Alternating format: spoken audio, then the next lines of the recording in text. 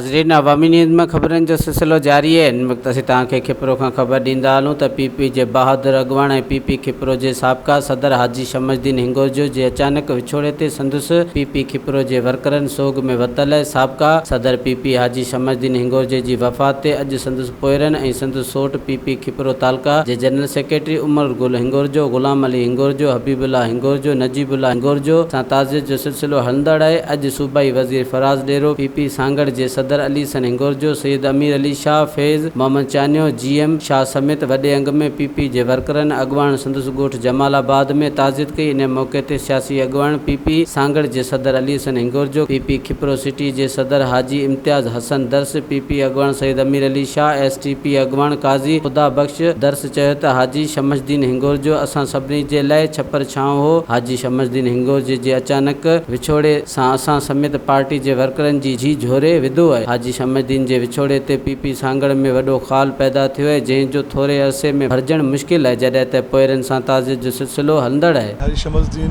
नई राज भाग लाइ असांजी पार्टी ऐं असांजे जिलानी ख़ानदान या जिलानी जमायत लाइ, उनजे अलावा हर जमायत, हर क़ौम, नसल, जेको माण्हू हो सभु हुन लाइ बराबरि हूंदा हुआ। हाजी मरहूम कॾहिं बि कंहिंसां घटि कोन कंदो, नई नाजाइज़ी कंदो, पाड़े वारो हक़ ॾियणु, हुनजो ख़्यालु रखणु ऐं हाजी जूं मोहबत हुयूं। तॾहिं दायरा हेतिरो आवाम अचे पई, मुंहिंजो हिकिड़ो असासो ठहियल हो इज़त जो, उन इज़त जे दायरे उन मोहबत जे करे लखे माण्हू अचनि पिया, राति माण्हू आया आहिनि, अञा माण्हू सिलसिलो हले पियो। हाजी साहब जो विछोड़ो असांजे पार्टी लाइ तमामु हिकिड़ो दुख जहिड़ो मक़ाम आहे, पूरे ज़िले सांगड़ लाइ। ऐं हाजी साहब जूं जेके ख़िदमतूं आहिनि उहे पूरे ज़िले सांगड़ जे अॻियां आहिनि, तालके खिपरे जे अॻियां आहिनि। समाजी माण्हू हो, पीपुल्स पार्टी जो वर्कर हो, हिकिड़ो जियालो हो। ऐं असीं जेको हाजी साहब खे ॾिसूं पिया हींअर, त हाजी साहब अञा ताईं असांखे यकीन कोन थो अचे त हीअ असांखां विछड़जी वियो आहे, पर अञा सोचूं था त जहिड़ो हाजी साहब असां सां गॾु आहे।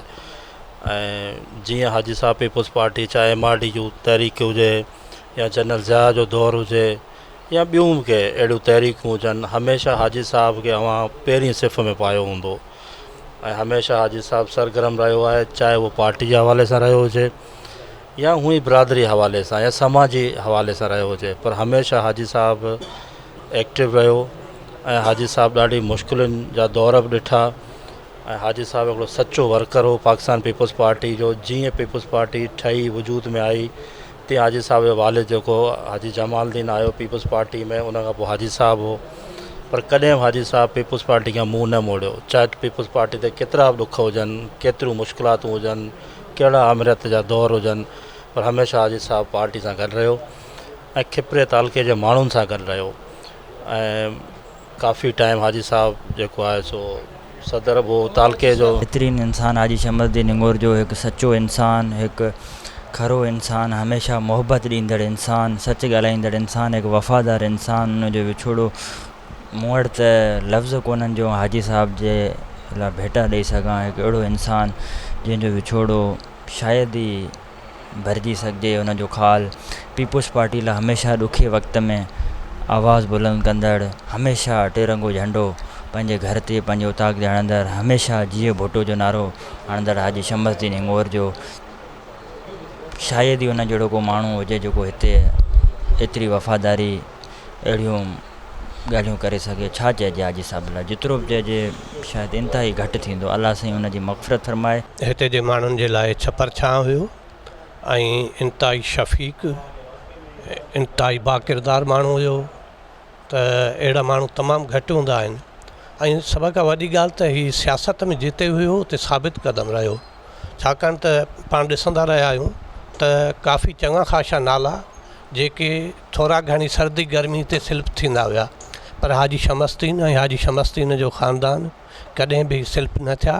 हिननि जो पीपल पार्टी सां वास्तो हुयो त यको ई जेको पीपल पार्टी सां जेसीं ताईं हयाती हुआ तेसीं ताईं जेको सो निभाए आया। वधीक ख़बरनि ऐं तफ़सील जे लाइ विज़िट कयो असांजी वेबसाइट awamiNewsHD.com ऐं ॾिसंदा रहो अवामी न्यूज़ HD।